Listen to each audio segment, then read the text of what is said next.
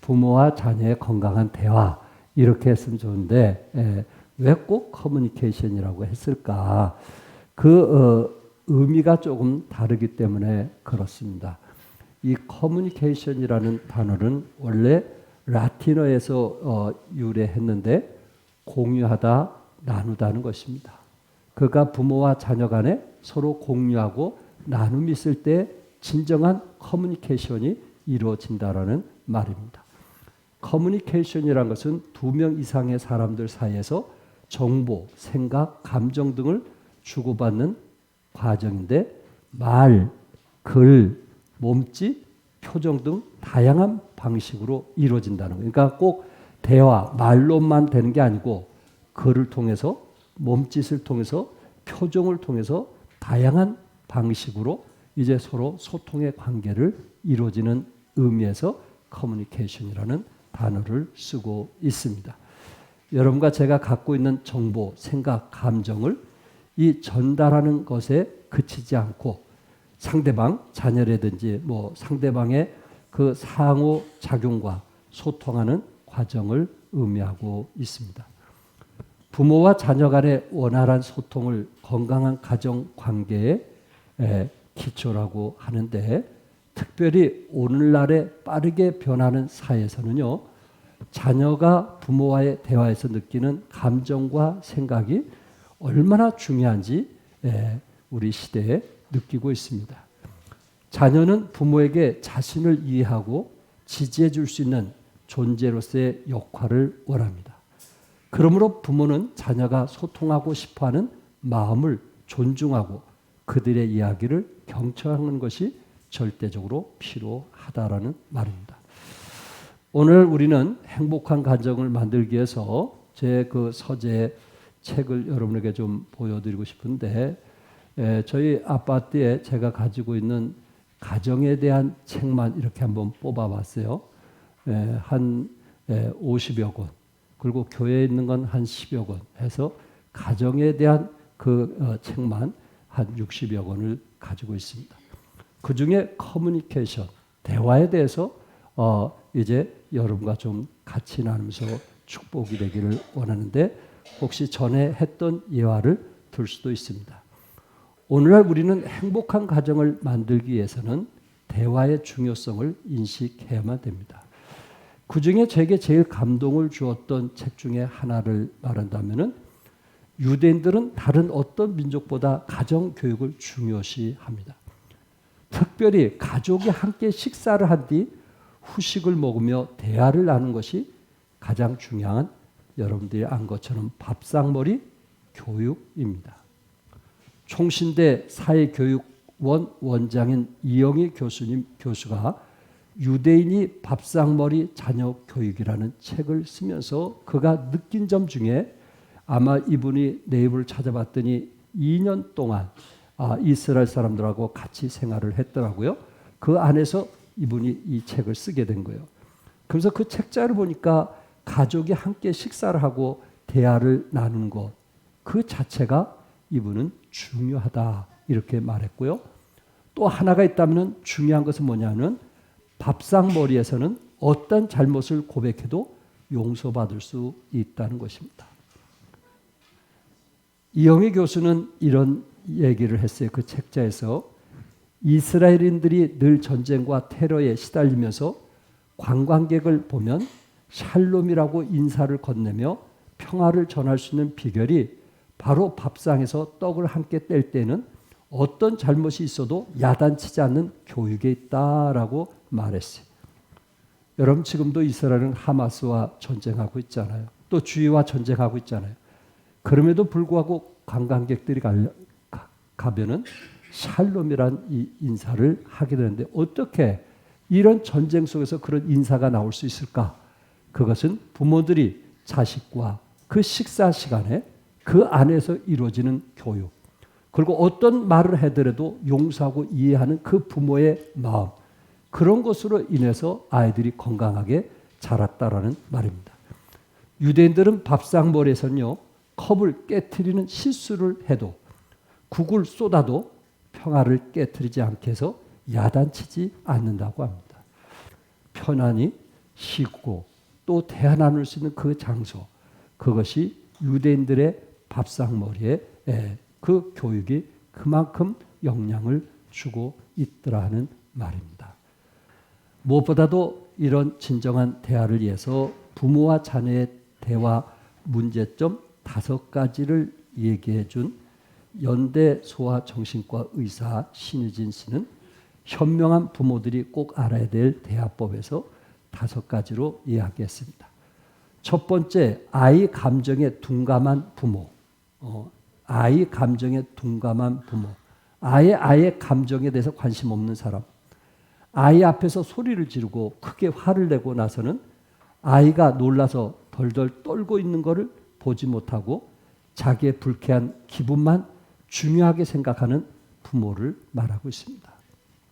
아이의 행동 통제에 급급한 부모 밑에서 자란 아이는요, 표정이 거의 없다고 합니다. 눈도 잘 맞추지 않으려고 한다고 합니다. 엄마에 대한 태도에 기복이 심하기 때문에 엄마가 놀아줄 때는 잘 놀다가도 자신의 행동을 제한하거나 놀이에 개입하려고 하면 소리를 지르며 짜증을 낸다고 합니다. 이럴 때 엄마는 아이의 감정이 어떨까 하고 생각하면서 배려하는 마음을 훈련해야 된다라고 말하고 있어요. 두 번째, 잔소리를 참기 어려워하는 부모. 잔소리를 입에 달고 사는 엄마 밑에서 자란 아이가 엄마 입에 재갈을 물고 싶어요 라고 했습니다. 잔소리는 할 수 있죠. 근데 한번 잔소리하기 시작하면 끝이 없는 사람 있죠. 끝나지 않는 사람. 잔소리꾼 엄마는 아이 스스로 행동을 하기를 기다려주지 않는다는 것입니다. 때로 숙제를 챙겨라, 밥 흘리지 말고 먹으라, 길 건널 때 주의하라, 책상 정리 잘하라, 이런 잔소리 밑에 자란 아이는 왠지 불안하고 스스로 생각하고 판단하고 행동한 능력이 많이 떨어진다는 것입니다. 왜? 엄마가 그런 기회를 주지 않기 때문에 그렇습니다. 이런 아이는 틀리면 어떡하지? 안 되면 어떡하지? 하는 그런 불안감 때문에 이런 단체들 앞에서 찬양하기가 힘들고 어렵다고 합니다. 이런 부모는 아이에게 혼자 하도록 물건을 사오게 하거나 신발이나 신문 정리 등 간단한 집안일을 맡겨보는 칭찬이 필요합니다. 세 번째, 말로 표현을 잘못하는 부모. 한마디 말하면 폭력적인 부모들이 있을 수 있습니다. 아이가 말 안 들으면 손부터 올라가는 부모. 그런 부모 있겠죠. 우리 종합교회는 그런 분이 없더라고요. 이런 부모 밑에서 자란 아이들은 학교 폭력의 가해자가 된다고 했습니다. 네 번째, 자신의 말을 어기는 것을 못 견디는 부모. 부모의 말에 아이가 이의를 제기하면 발끈하는 부모가 있습니다. 말 대답하는 것을 유난히 싫어하고 지나치게 예의 범절을 따지는 부모가 그럴 수 있습니다. 자존심을 건드렸을 때 폭발하는 엄마가 대표적인 사례입니다. 이런 부모 밑에서 자란 아이들은 냉소적이고 반항적인 아이가 된다고 합니다. 아이가 반항하는 이유는 엄마가 무서운 표정으로 하라, 하지 말라 하고 말하면서 아이의 자율성을 해치고 간섭한 데 있다는 것입니다. 사소한 일로부터 큰일에 이르기까지 엄마에게 맞추라고 하면 그 말에 지친 아이는 자신의 자유의지를 반항이라는 모습으로 내보이는 것입니다. 다섯째, 자식에게 하소연을 일삼는 부모. 제가 자라면서 우리 주위에 하소연하는 부모를 저는 많이 봤습니다. 안 그래도 힘든데 너까지 왜 그러니? 엄마 아빠가 너 키우느라고 얼마나 고생하는지 알아? 그러니까 공부 열심히 해. 자식에게 하소연하는 부모들은 자신이 겪는 아픔을 아이를 위해서 이겨내기보다는 자녀를 그 고통을 나누어야 할 대상으로 생각한다는 것입니다. 자식을 보호하는 것이 아니고 자식이 자신을 보호하게 하는 것입니다. 이런 아이는 일찌감치 애 어른이 됩니다. 사람들은 애 어른으로 자라 성숙한 것으로 보고 기특하다고 칭찬하지만 알고 보면 그 아이들만큼 마음에 깊은 상처가 있기 때문에 불쌍한 아이들이라는 말입니다. 두 번째, 부모와 자녀의 대화가 어려운 점. 왜 대화가 어려울까? 첫 번째, 일방적인 대화가 문제라는 거예요. 어른인 우리도 자기 얘기만 하는 사람과 대화를 하면 피곤해지기 마련입니다. 게다가 그 이야기가 모두 뭐 해라, 뭐 하지 말라, 왜 그러니처럼 사람을 몰아붙이면 아이들이라도 화가 날 수 있다는 거예요. 그런데 중요한 것은 부모가 일방적인 대화라는 것을 깨닫지 못한다는 거예요. 상호의 그 서로의 상대방의 말도 좀 들어야 되는데 감정이 드러나면은 일방적인 대화를 하고 끝나는 경우들이 우리 주위에서 있을 수 있다는 거예요. 자녀들이 아버지에게 대화를 그만 중단하고 싶다고 이야기할 때 부모는 뭐라 그래요? 가만히 있어 라든가 내 이야기 아직 끝나지 않았어 라고 말하는 아버지의 강압적인 말투와 눈빛은 곧 주먹으로 때릴 그런 이욕감을 조성하는 부모가 있습니다. 이런 대화는 폭력적인 방식이라는 거예요. 탐 테스트 검사가 있는데요. 자폐, 장애 아동들을 판별하는 테스트인데 미국의 정상 아이들을 검사했는데 놀라운 사실은 남의 입장을 이해하고 배려하는 능력이 지속적으로 발달하다가 7살 무렵에 갑자기 그 수치가 확 떨어진다고 했습니다. 그리고 그 시기를 넘기면 다시금 그 능력이 발달하기 시작한다는 것입니다. 이때 부모가 아무리 대화를 원해도 미운 7살일 때는 대화가 어긋난다는 것입니다. 미운 7살 또한 사춘기 때 그러는데 아무리 사이가 좋은 부모와 아이라 할지라도 파도 타는 것처럼 대화가 잘 될 때도 있고 안 될 때도 있다는 거예요. 이것을 정상 발달 과정에서는 다이내믹 프로세스라고 합니다. 이때는 부모의 인내심이 필요하고요. 그리고 대화 나눌 수 있는 그 타이밍을 기다려야 된다는 것입니다. 그래서 어느 순간 아이의 마음을 얻을 수 있을 때 그 마음의 상처를 치유하면서 도와줘야 된다는 말입니다. 두 번째는 어떤 대화를 하느냐가 중요하다 그랬어요. 어떤 대화, 부모가 자식과의 어떤 대화. 아이의 능력을 키우는 엄마는요, 대화를 나누는 엄마고요. 아이의 능력을 죽이는 엄마는요, 대화를 하지 않는 엄마라는 거예요. 아이를 죽일 수도 있고 살릴 수도 있는데 그것은 어떤 것이 중요하다고요? 대화예요, 대화. 자식들이 부모의 말을 듣지 않을 때가 있지만 이미 어떤 말도 듣지 않는 이유가 뭐냐면은 엄마가 싫어서 듣지 않는 거예요. 아무리 엄마가 좋은 얘기를 해도 절대 듣지 않는 거예요. 왜? 누가 싫으니까. 엄마가 싫으면 모든 게 싫은 거예요. 여러분 그렇지 않나요? 누가 싫으면 그분이 어떤 얘기를 해도 다 싫은 거예요. 아이나 부모나 똑같은 거예요. 그러니까 그 아이의 마음을 얻지 못한 상태에서 아무리 좋은 얘기해도 그거는 아닌 거예요. 우리는 아이에게 뭐 하라 하기 전에 내가 아이로부터 사랑하고 있다는 것을 보여주고 느끼게 해야 된다라는 말입니다. 얼마 전 여기에 답이 될 수 있는 의미 있는 설문조사가 나왔는데요. 아이의 성취도에 영향을 가장 많이 끼치는 것은 부모와의 대화라는 것입니다. 흔히 부모의 어떤 학력 때문에 자식을 잘 키울 것이다. 경제적으로 남들보다 낫기 때문에 자식을 잘 키울 것이다. 결코 그렇지 않다는 거예요. 정말 다행한 얘기예요. 결코 그렇지 않다는 거예요. 부모와의 대화를 많이 하는 사람, 부모가 자식과의 대화를 많이 하는 사람, 그 사람만이 아이들에게 영향을 많이 주더라 하는 것입니다. 그래서 책 중에 아이는 99% 엄마의 노력으로 완성된다 하는 책이 있습니다. 조윤상 목사님이 쓴 말의 힘인데 이 조윤상 목사님은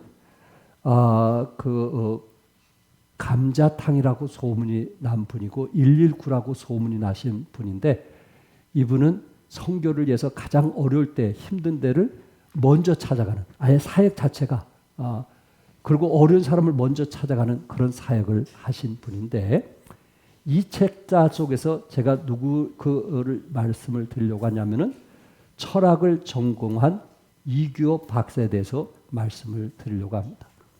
이규호 박사님은 독일에서 박사학위를 받고 오신 분입니다. 예. 그리고 대학교의 총장까지 하신 분이기도 합니다. 이 철학에 대해서 뭐라고 얘기했냐면은, 최근에 철학의 주된 관심은, 교수님 앞에서 미안합니다. 예, 저도 그 대학교 다닐 때 독일의 3대 철학자 칸트, 헤겔, 마르크스에 대해서 1년을 배웠거든요.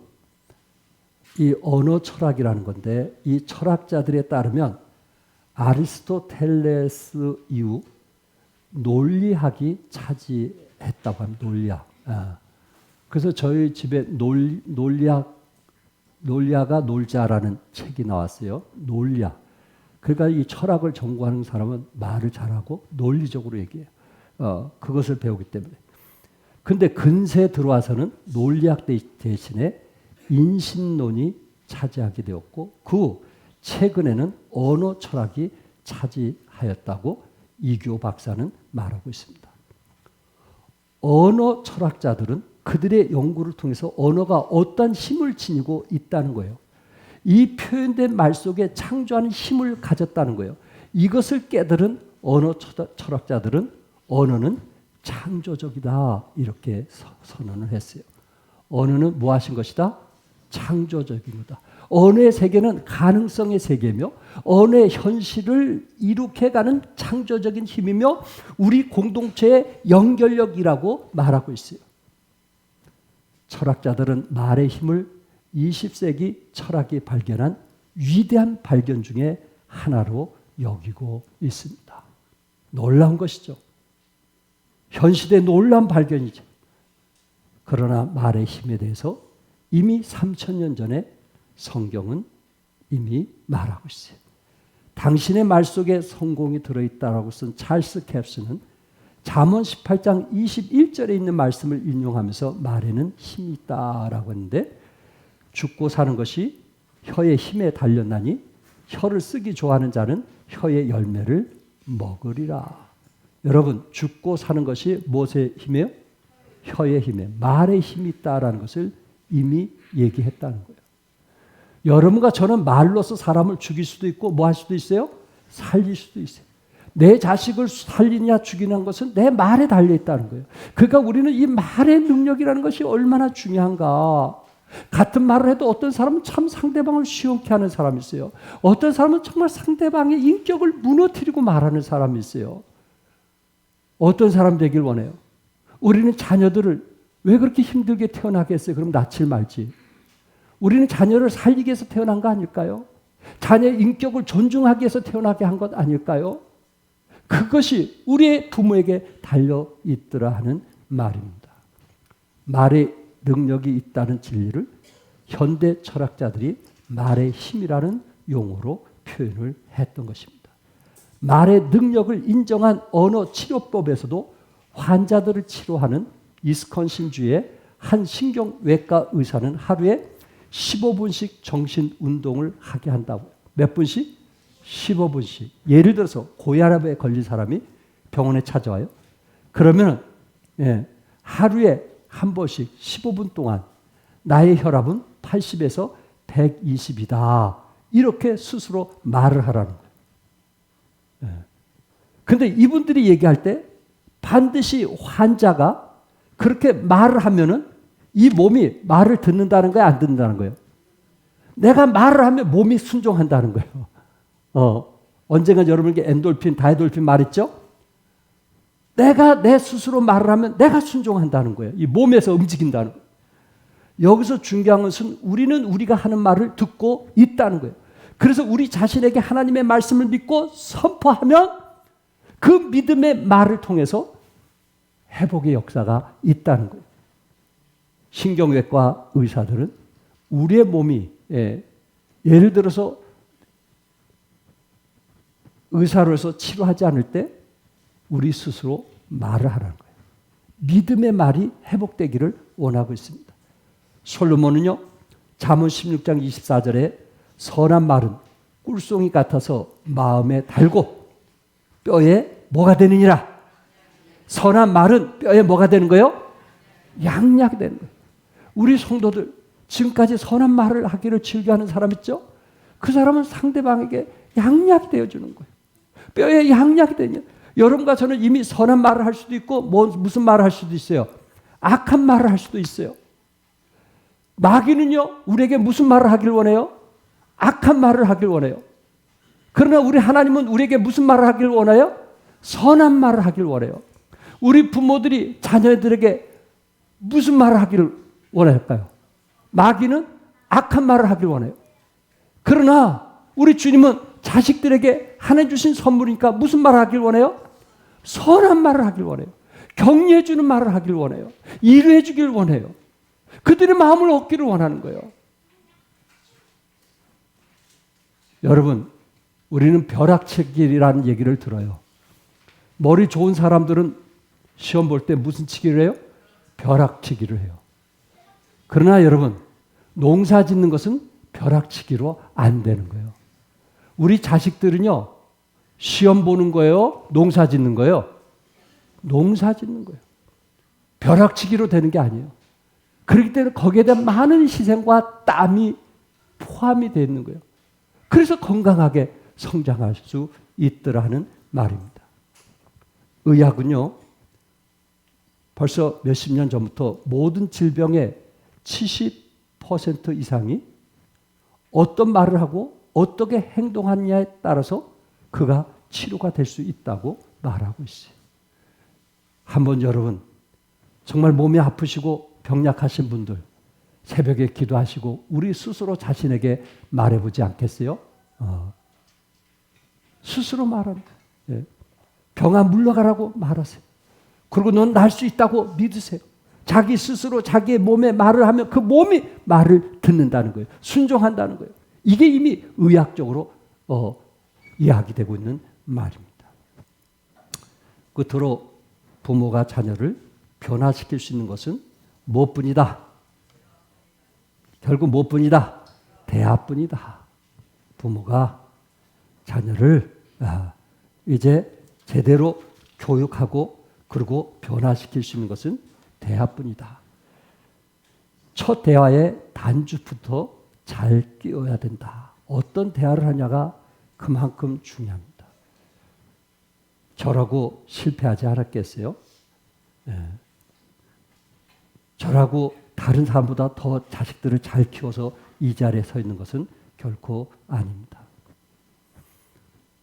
그런데 여기에 첫 단추 중에 어떤 단추가 있냐면은 태중 때부터 대화를 해야 된다는 거예요. 태중에 있는 아이도 최근의 연구 결과 이미 그 태중에서 그 아이가 부모의 대화를 알고 있다는 거예요. 태중에 있는 아이도 다 안다는 거예요. 얼마나 무서운지 아시겠죠? 태중에 있는 아이에게 어머니의 성격이 그대로 전수되고 있다는 거예요. 부부가 싸우면서 자란 아이는요, 정신적, 육체적 장애가 또한 화목한 가정보다 2배 반이 나쁘다고 합니다. 성격 장애는 5배나 나빠진다고 해요. 아이 임신했을 때 남편은 될 수 있는 대로 피해서 다니시기 바랍니다. 싸우지 마세요. 아이가 태어나는 밤에 기분 좋아서 잉태된 아이는요, 성격이 명랑하고요. 싸우고 잉태된 아이는요, 성격이 괴팍하다고 합니다. 여러분 경험하고 싶으면 아이를 한번 가져보시기 바랍니다. 1년이 안 된 아이들에게 속삭이는 엄마의 목소리는요, 아이 뇌에 바람직한 자극이 되어 뇌를 더 똑똑하게 만들고요, 언어의 능력을 발달시킨다고 했습니다. 미국 스탠포드 대학교의 월터 미셸 박사는 겨우 4살의 어린 나이에 충동적으로 행동하지 않는 사려 깊은 능력의 기초들을 터득한다는 사실을 마시멜로 실험을 통해서 밝혔습니다. 4살 배기 아이들에게 달콤한 마시멜로 과자를 하나씩 나눠주고요. 15분간 마시멜로를 먹지 않고 참으면 상으로 하나를 더 주겠다고 했습니다. 결과적으로 3분의 2는 끝까지 기다려 상을 받았고요. 3분의 1은 결국 상을 못 받았는데 14년이 지난 후에 유혹을 이긴 아이들을 조사해 보니까 생각을 언어로 옮기기, 합리적으로 행동하고 대응하기, 집중하기, 계획을 세우고 끝까지 실천하기, 학습에 대해 열의를 보이기 등에서 모두 유능한 것으로 나타났습니다. 그런데 기다리지 못한 3분의 1은 대인 접촉을 피하는 경향이 강했고요. 완고하고요. 우유부단했고요. 쉽게 좌절했으며 자신을 형편없거나 가치 없다고 생각을 했습니다. 이 실험 결과 뭐냐면은 자제심이나 인내심은 어렸을 때 훈련돼야 된다는 것이고요. 이것이 세상을 성공적으로 살아가는데 가장 도움이 된다라고 말하고 있어요. 예. 이스라엘 사람들은요. 그래서 이제 엄마가 밥을 준비할 때 애들이 왜 밥 안 주자고 보채면요. 일부러 기다리는 훈련을 한다고 합니다. 예. 몇 분까지 너 기다려? 그럼 내가 밥 해주마 라고 얘기를 한다고 합니다. 그래서 아이들이 인내하는 거, 자제심을 키우는 거, 그것을 어릴 때부터 키웠다는 거예요. 이런 것이 훈련되지 않는 속에서는 우리의 감정이 쉽게 노출할 수밖에 없더라는 것입니다.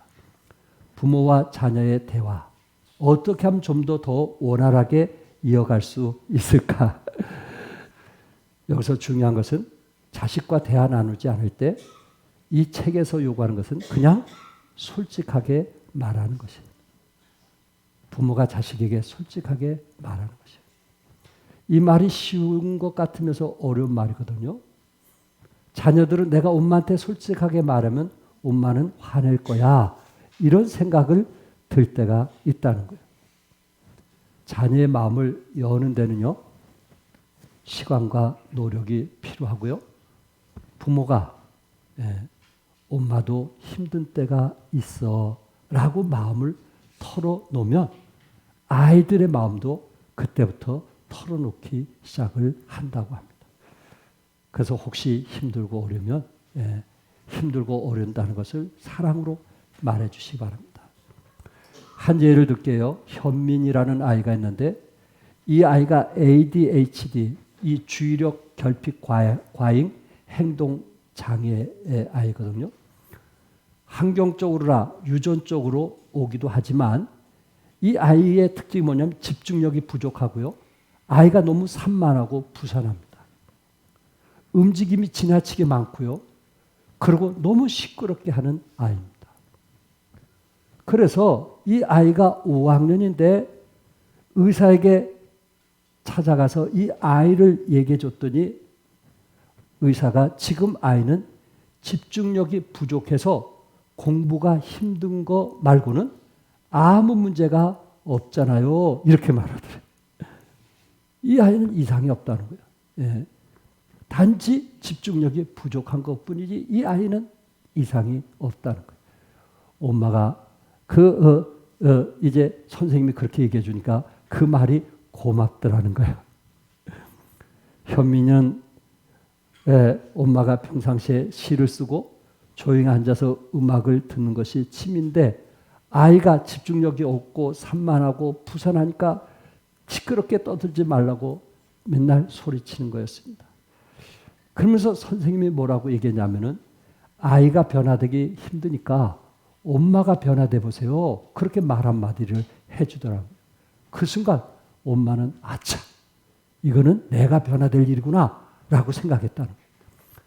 그래서 그녀는 참기 훈련을 배우기 시작했어요. 사물놀이를 배우고 고송 지르는 운동장에 다니면서 자기도 소리를 지르러 보고 시끄러운 음악을 듣게 되었다고 합니다. 6개월 후에 선생님에게 찾아가서 선생님, 저 깡패가 다 됐어요. 그렇게 말했다고 합니다. 그런데 중요한 것은 그 후 아이가 시끄럽게 소리 지르고 펄쩍펄쩍 뛰어다녀도 예전처럼 아이를 조용히 시키려고 안달복달하지 않았다는 거. 예. 엄마의 변화가 있었다는 거예요. 엄마가 변화가 되니까 누가 변화가 돼요? 아이가 변화되더라고요. 엄마가 변화되니까, 엄마의 성격이 변화되니까 아이가 변화가 되더라고요. 여기서 중요한 얘기가 뭔지 아시겠죠? 우리가 자식을 변화시키기 전에 나는 변화되려고 했는가 하는 이야기입니다. 아이의 행동을 바꾸려 들면 문제는 풀리지 않지만 아이와의 관계에 있어서 나의 태도와 감정을 바꾸면 아이가 변화된다라는 말입니다. 부모와 자녀는 서로 다른 시대를 살아왔고 다른 가치관을 가지고 있어 마치 다른 나라 사람처럼 서로의 언어를 이해하기 어려울 때도 있습니다. 그래서 요즘 젊은 애들은 이해하기가 안 돼라고 말할 수도 있습니다. 표면적으로 인터넷이나 각종 매체를 통해서 많은 매체가 쌍방향으로 소통되는 듯 보이지만 인간 대 인간의 소통을 심리적 교류는 점점 힘들어지고 있는 것 같습니다. 어른들은 눈에 넣어도 뭐 하지 않아요? 아프지 않다는 게 이게 웬 말입니까? 자식 문제로 고뇌와 아픔이 계속되는 부모의 마음. 말 하나하나에 토를 달고 하는 대로 고분고분하지 않고 부모를 무시한 듯 태도를 보이고 학원 다니며 지친 아이를 얼굴을 보면 불쌍해서 말하기가 쉽지 않는 부모의 마음. 여기서 중요한 것은 인생의 멘토로서 부모가 아이에게 해줄 수 있는 모든 것의 시작이 바로 결론적으로 뭐라고요? 대화라는 것입니다. 대화. 충분히 아이들의 마음을 들어주는 대화. 중학교 2학년 아이가 학교에서 1, 2등을 하는데 이 아이가 아파트에서 높은 고층에서 자살을 하려는 것을 어머니가 눈치를 채고 베란다에 쫓아나가서 그 아이를 살려준 일이 있었습니다. 그래서 너무 마음이 아파서 상담 전문에게 찾아가서 아이에 대해서 좀 도움을 요청했어요. 이 아이가 상담 선생하고 얘기하면서 눈물을 흘리는 거예요. 너 왜 눈물 흘리냐? 했더니 자기 얘기를 하는 거예요. 선생님, 제가 1등 할 때는 참 좋았는데 1등 할 때는 좋았는데 전국에서 2등 하게 되니까 엄마 눈치가 보이고 뭔가 허탈하고 그리고 의욕이 없고 이 스트레스를 받고 1등과 2등 차이가 뭔지 모르겠지만 내가 그 속에서 너무나 갈등을 느낀다는 거예요. 너무나 힘들다는 거예요. 부모는 1등만 바라고 자기는 1등만 놓치면 다음 시험 볼 때까지 너무나 고통스럽고 힘들다는 거예요. 그래서 마음이 공허하고 힘들어서 이럴 바에는 자살하는 게 낫다고 그래서 그렇게 해서 자살하려고 했다는 거예요. 여러분, 자식이 1등만 해야 성공할까요? 유대인들은 그렇게 가르치지 않아요. 그가 원하는 것을 하도록 도와주는 거예요. 대한민국의 젊은이들이 자살률이 얼마나 많은 거 여러분 아시죠? 부모가 힘들게 하면 이제 아이들은 제가 성공해서 뵐게 하고 편지 쓰고 가출하는 게 요새 젊은이들의 모습이에요. 이럴 때 우리 그리스도인들은 어떻게 돼야 되겠는가? 끝까지 그들의 친구가 되어주고 마음을 얻고 밥상에서 충분히 서로 마음에 있는 이야기를 할 수 있도록 도와주는 그것이 필요하지 않겠느냐 하는 것입니다. 여러분, 자녀들이 신앙생활을 하게 하는 것, 그것은 결국 부모에게 달려있지 않느냐 하는 거예요. 미국의 임상 심리학자 미셸 로젠버그 박사가 개발한 것으로 서로의 마음을 느끼며 아이들이 정서적으로 성숙과 긍정적인 가치관을 배울 수 있고 동시에 다른 사람에 대한 이해와 수용, 나아가서 적응력을 키울 수 있는데 그것은 두 가지로 이야기를 했습니다. 이 말씀을 드리고 마치려고 해요. 여기에 중요한 것은 내 뜻을 잘 표현한 것과 상대방의 마음을 잘 헤아린 것. 이 두 가지가 필요하다. 내 뜻을 아이들에게 잘 표현한 것과 그리고 자녀의 마음을 잘 뭐하는 것? 헤아리는 것. 예. 아이가 말하기와 듣기가 중요하다는 거예요. 그러면서 이분은 80대 20의 비율을 이루어야 하는데 저에게도 좀 도전이 되는데요. 예를 들어서 아이가 아빠, 엄마, 나 오늘 시험 망쳤어. 그렇게 얘기한다는 거예요. 그럼 엄마는 그걸 못 참는 거예요. 망쳤다니. 그래가지고 그냥 절제하면서 얘기한 게 뭐냐면 다음부터 시험 볼 때 한 달 전부터 차근차근 계획을 세워서 준비해라. 이렇게 조언을 한다. 예. 그런데 어떤 엄마는 이렇게 얘기한다 거예요. 아유, 열심히 했는데 그 점수니 얼마나 속상하겠어. 여러분, 아이가 들을 때 전자의 후자예요. 여러분들도 아시잖아요. 여러분도 아시죠? 그런데 우리는 전자 얘기를 많이 꾹 참고 하는 얘기가. 예. 그러니까 80대 20이라는 말이 무슨 말인지 아시겠죠? 후자의 80대 얘기를 해줄 때 이 아이는 비로소 부모의 조언, 훈계, 가르침 20%를 받아들인다는 거예요.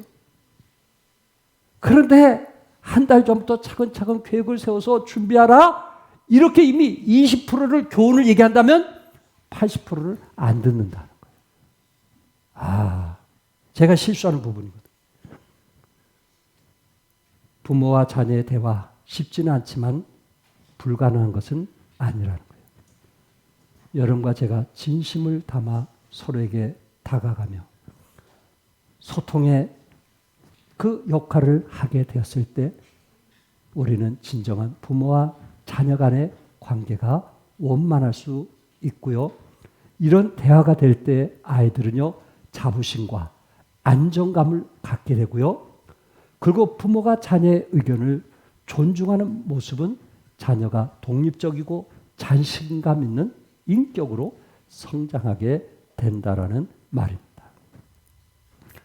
우리가 그리스도 안에 살면서 여러분과 저는 이제 어떻게 할 것인가? 예. 우리 나이 많으신 부모들은 이제는 자녀들이 다 컸잖아요. 누구에게 해야겠어요? 우리 손자들에게, 손녀들에게, 예. 우리 손주에게 내가 어떻게 대화를 나눌 건가? 어떤 마인드로 그 손주들을 대하고 그들에게 어떤 격려를 할 건가? 이제라도 늦지 않았다는 거. 그 아이들을 세워주고 부모가 바빠서 하지 못한 일을 할아버지, 할머니가 할 수 있는 일이 아닐까요? 사랑하는 우리 아이, 너와 함께 성장하고 싶어. 이 마음을 잊지 말고 오늘도 소통의 다리를 놓아서 부모와 자녀들이 그리스도 안에서 함께 성장하는 가정의 달이 되시기를 주님의 이름으로 축복합니다. 기도하겠습니다.